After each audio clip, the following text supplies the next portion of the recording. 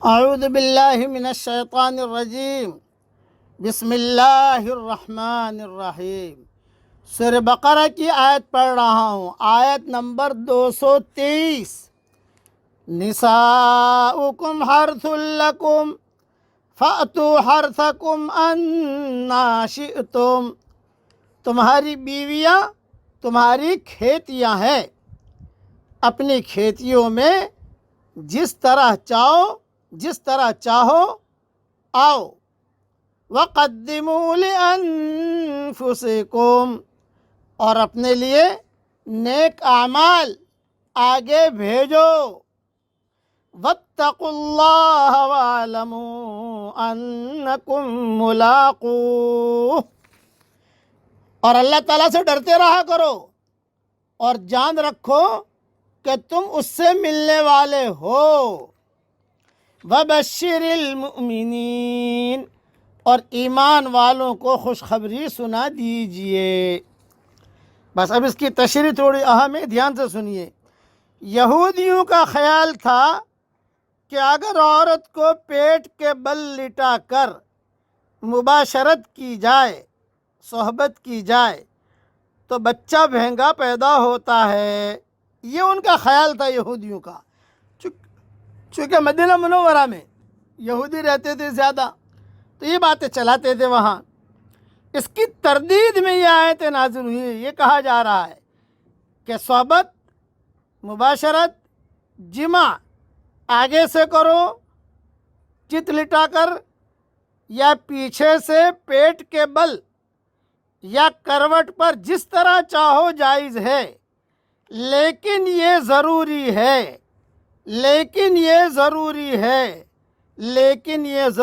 ہے کہ ہر صورت میں عورت کی فرج ہی استعمال ہو، عورت کی اگلی شرمگاہی استعمال ہو۔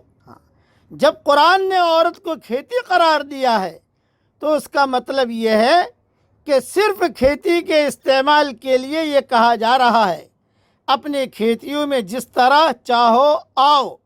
اور یہ کھیتی موضع ولد یعنی صرف فرج ہے، نہ کہ دبر۔ بہرحال یہ غیر فطری عمل، یہ غیر فطری فعل ہے کہ عورت کے پیچھے کے راستے سے آدمی اپنی خواہش کو پورا کرے۔ ایسے شخص کو جو اپنی عورت کی اگلی شرمگاہ استعمال نہیں کرتا بلکہ اس کی دبر پچھلا حصہ استعمال کرتا ہے، حدیث شریف میں اس پر لعنت کی گئی ہے، ملعون قرار دیا گیا ہے۔ یہ تفسیر ابن کثیر میں اور فتح القدیر میں دیکھ لی جائے۔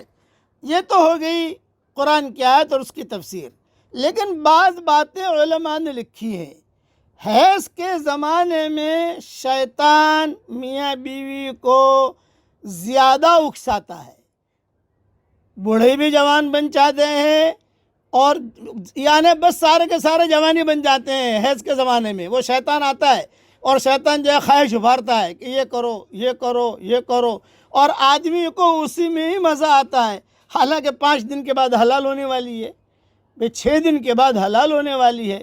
تو فقہاء اور علماء نے لکھا ہے کہ اس کا مطلب یہ ہے کہ اس کا دل سلیم نہیں ہے۔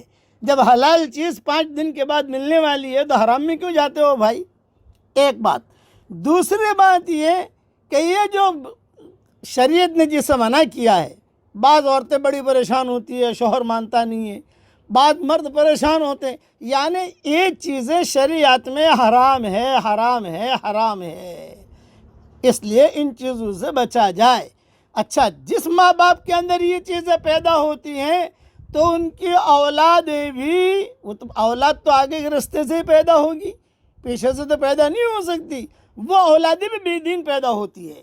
اس کی بہت تفصیل ہے جو علماء نے لکھی ہے، اور کئی چیزیں میں نے میری کتاب بکھرے موتی میں بھی اس قسم کے مضامین لکھ دیے ہیں۔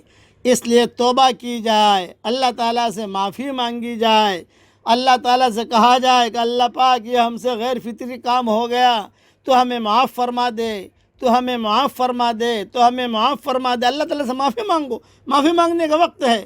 اللہ تعالیٰ قرآن کی تعلیمات پر چلنے کی، ہم سب کو عمل کرنے کی توفیق عطا فرمائے۔ میں سان فرانسسکو گیا تھا میل ویلی، سان فرانسسکو میں ایک علاقہ ہے میل ویلی، وہاں یہودیوں کی بہت بڑی بستی رہتی ہے۔ وہاں کچھ لوگ میرے پاس آئے اور اس قسم کے سوالات کیے۔ بقیہ تفصیل اگر یاد رہی تو کل انشاءاللہ پوری کروں گا۔